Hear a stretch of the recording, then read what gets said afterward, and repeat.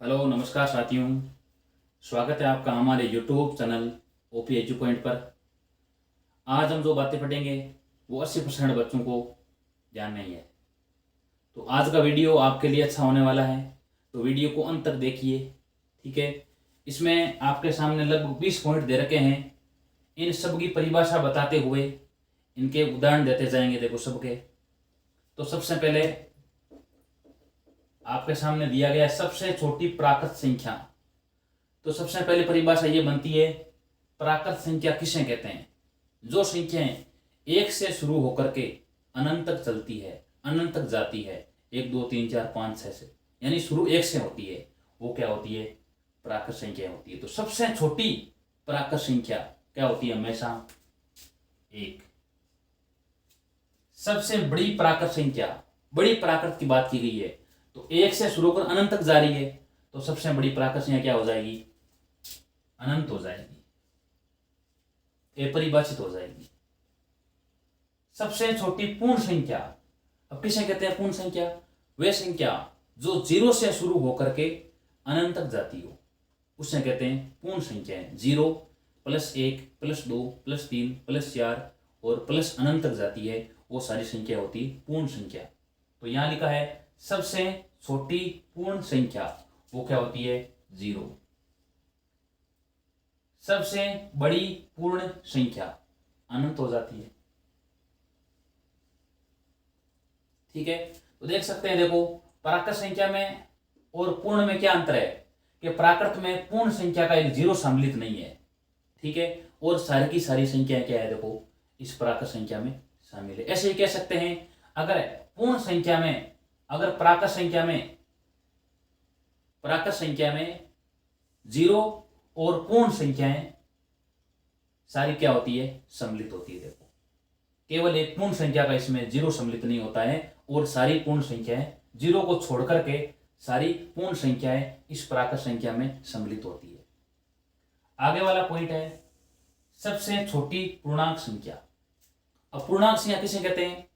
प्राकृत संख्या में 0, ठीक है, और ऋणात्मक संख्याएं जोड़ने पर सारी संख्याएं क्या बन जाती है? पूर्णांक संख्या बन जाती है। प्राकृत संख्या में क्या जोड़ दो?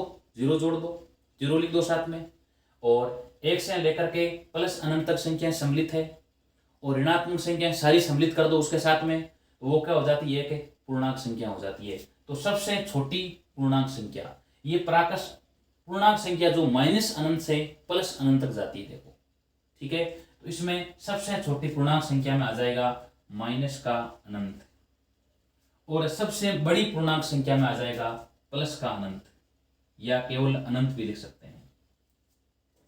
केवल एक सम अभाज्य संख्या। अभाज्य किसे कहते हैं? जिस संख्या में केवल एक तो स्वयं का भाग जाता हो, एक का भाग जाता हो, और इसके अलावा किसी का भाग नहीं जाता है, वो सारी क्या होती है? अभाज्य संख्या होती है। सम अभाज्य संख्या यानी उसमें 2 का भाग भी जाना चाहिए और साथ में अभाज्य संख्या होनी चाहिए, वो केवल क्या होती है? एक की संख्या होती है, और वो संख्या होती है 2। केवल एक सम अभाज्य संख्या वो होती है 2। 4 की अनुवर्ती और 4 की पूर्ववर्ती। पूर्ववर्ती संख्या क्या होती है? पहले वाली संख्या। और अनुवर्ती संख्या होती है, अनुवर्ती कह सकते हो, परवर्ती कह सकते हो। ठीक है, तो 4 की पूर्ववर्ती, 4 की पहले वाली संख्या होती है 3, और 4 की अनुवर्ती यानी आगे वाली या परवर्ती वो होती है 5। पूर्ववर्ती संख्या क्या होती है? कोई संख्या के पहले वाली संख्या वो होती है पूर्ववर्ती संख्या। अनुवर्ती क्या संख्या होती है? कोई संख्या के आगे वाली संख्या, यानी एक एक जोड़ने पर आगे वाली संख्या प्राप्त होती है। जिस प्रकार 4 है, तो एक जोड़ने पर आगे 5 आ रहा है, तो 5 क्या हो जाएगी? इसकी अनुवर्ती आ जाएगी। ठीक है, ये आपके सामने 9 बातें स्पष्ट हो चुकी है। 0 की पूर्ववर्ती पूर्ण संख्या, पूर्ववर्ती पहले वाली संख्या, और साथ में क्या होनी चाहिए? पूर्ण संख्या होनी चाहिए। अब 0 से पहले क्या संख्या आती है? देख सकते हैं, 0 से पहले संख्या आती है -1 आती है। ठीक है, तो -1 पूर्ण संख्या नहीं है, -1 पूर्ण संख्या नहीं है, इसलिए 0 की पूर्ववर्ती पूर्ण संख्या नहीं होगी। ठीक है, 0 की पूर्ववर्ती पूर्ण संख्या नहीं होगी। ठीक है, पूर्ण संख्या की बात की गई है, और 0 की केवल पूर्ववर्ती संख्या कौन सी भी आ सकती है, तब इसका उत्तर क्या आ जाएगा? -1 आ जाएगा। ठीक है, इसमें बात की गई है पूर्ण संख्या, तो सबसे छोटी पूर्ण संख्या जीरो ही होती है। देखो जीरो से छोटी कोई संख्या नहीं होती है, इसलिए जीरो की पूर्ववर्ती पूर्ण संख्या ज्ञात करना असंभव है, नहीं होती है। लेकिन जीरो की पूर्ववर्ती संख्या -1 हो सकती है। दोनों में अंतर इतना है कि यहाँ पूर्ण संख्या की बात की गई है और यहाँ पूर्ण संख्या जरूरी नहीं है, कोई संख्या भी आ सकती है। ए की अनुवर्ती प्राकृत संख्या, अनुवर्ती क्या होती है अभी पढ़ा था हमने। ए की अनुवर्ती क्या होती है, एक तो होती पूर्ववर्ती पहले वाली, अनुवर्ती होती आगे वाली। ठीक है, ए की अनुवर्ती आगे वाली संख्या क्या हो जाएगी, ए की अनुवर्ती हो जाएगी 2।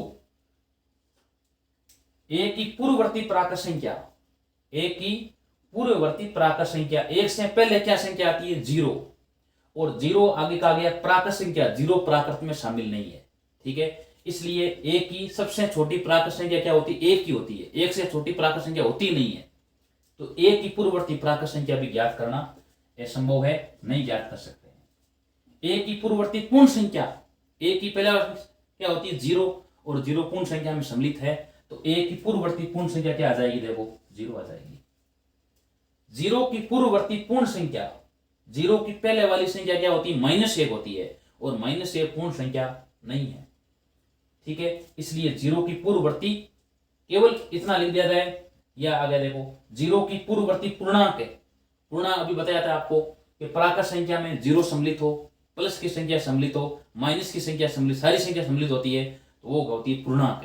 ठीक है, तो 0 की पूर्ववर्ती पूर्णांक तो क्या आ जाएगी, 0 से पहले क्या आती है -1, तो ये आ जाएगी 0 की पूर्ववर्ती पूर्णांक तो -1, लेकिन 0 की पूर्ववर्ती पूर्णांक संख्या नहीं होगी, क्योंकि सबसे छोटी पूर्ण संख्या 0 ही आती है। तो 0 की पूर्ववर्ती पूर्णांक संख्या ज्ञात करना असंभव है। आगे लिखा है 4 का योज्य प्रतिलोम। योज्य प्रतिलोम की बात की गई है, तो क्या करना आपको, उन संख्याओं के चिन्हों को चेंज कर देना है। ठीक है, यहाँ 4 का योज्य प्रतिलोम की बात की गई है, तो आ जाएगा -4 आ जाएगा। ठीक है, अगर -4 का पूछते हैं योज्य प्रतिलोम, तो हो जाता है +4। 5 का योज्य प्रतिलोम पूछते हैं, तो 5 का हो जाएगा -5। -5 का योज्य प्रतिलोम +5 आ जाएगा। इस प्रकार आपको क्या करना है, अगर कोई संख्या भिन्न के रूप में दे रखी हो, ठीक है, 1/2 का योज्य प्रतिलोम -1/2, -1/2 योज्य प्रतिलोम +1/2। इस प्रकार आप क्या करना है, योज्य प्रतिलोम में केवल आगे जो चिन्ह दे रखा है उन चिन्हों को प्लस का माइनस में कर दो, माइनस का प्लस में कर दो, उसका योज्य प्रतिलोम ज्ञात हो जाएगा। 4 का गुणात्मक प्रतिलोम। गुणात्मक क्या करना है, संख्याओं को अंश को हर में चयन कर देना है, हर को अंश में चयन कर देना है।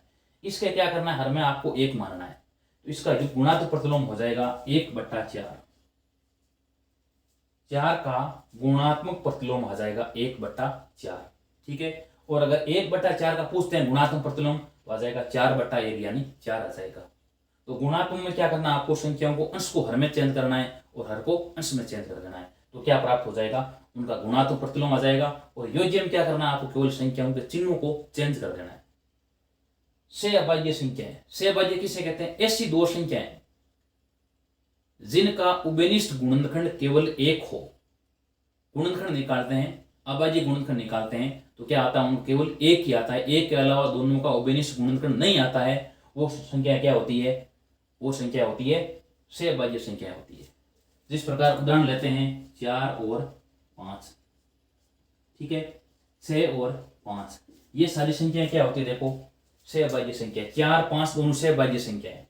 4 के गुणनखंड ज्ञात करो, 5 के गुणनखंड ज्ञात करो, 6 के गुणनखंड ज्ञात करो, 5 के गुणनखंड ज्ञात करो, तो इनका उभयनिष्ठ गुणनखंड केवल दोनों में उभयनिष्ठ 1 ही आएगा।